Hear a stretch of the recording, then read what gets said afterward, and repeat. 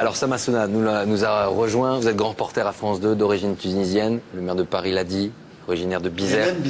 Bizertine comme vous. J'ai envie de vous poser une question d'émotion ce soir. Qu'est-ce que vous ressentez avant de parler à la journaliste?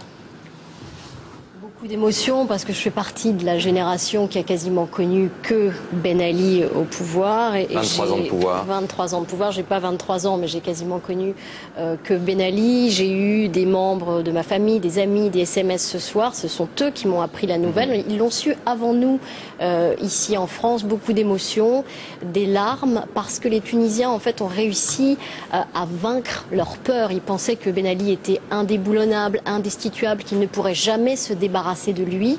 Et en fait, il y a une grande fierté à avoir réussi à se débarrasser de lui, seul, par la rue. C'est la jeunesse qui a mené ce combat avec une maturité démocratique alors qu'il y a assez peu d'expérience démocratique, il n'y en a pas du tout en Tunisie. Et en fait, les Tunisiens sont fiers d'avoir mené en fait tout seul ce combat. Il y a aussi une grande tristesse parce que c'est une victoire qui a eu un prix, le prix du sang. Il y a eu des victimes, on ne sait pas encore combien il y a eu de morts dans cette révolution. Et je pense que ce soir, les Tunisiens pensent beaucoup à tous ceux qui sont morts pour cette liberté que ce soir tout le monde fête. Une journée historique pour la Tunisie. Samassouna, on parlait tout à l'heure de l'émotion. Est-ce qu'il y a aussi une peur? Est-ce que la population, ce soir, peut craindre aussi un renfermement du système, comme on en a parlé, on l'a évoqué tout à l'heure, ou pas du tout? Il n'y a pas de peur?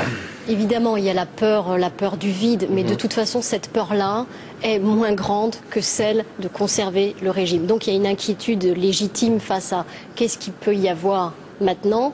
Par exemple, ce soir, je sais qu'on craint dans les rues l'absence de la police et que dans les quartiers, on organise, alors c'est le cas à Bizerte, c'est le cas à Tunis, c'est le cas à Sousse, c'est le cas à Nabeul, c'est le cas à Hammamet par exemple, on organise des comités de quartier pour surveiller les commerces, les habitations parce qu'on craint des débordements. Par exemple, des prisonniers ont été libérés. Il y a une espèce d'anarchie comme ça dans toutes les révolutions. Il y a toujours une période d'incertitude. Bien sûr que les Tunisiens ont peur, mais je pense que cette peur est moins importante que celle de conserver le régime qui vient de tomber. Merci à vous quatre pour ces précisions. Ça m'a Juste une petite chose, on parlait de Facebook, d'Internet. Oui. Les Tunisiens ont aussi filmé leur propre révolution. Ce sont eux qui nous ont d'abord envoyé les images et nous qui sommes ensuite allés en Tunisie. Mais les images, ce sont eux qui les ont faites. Ils ont filmé leur propre révolution. Merci à vous quatre une dernière fois. On suivra bien évidemment le développement de cette information demain dans toutes nos éditions. Je vous rappelle donc que le président Ben Ali a quitté le pouvoir en Tunisie ce soir. C'est son Premier ministre qui assure l'intérim.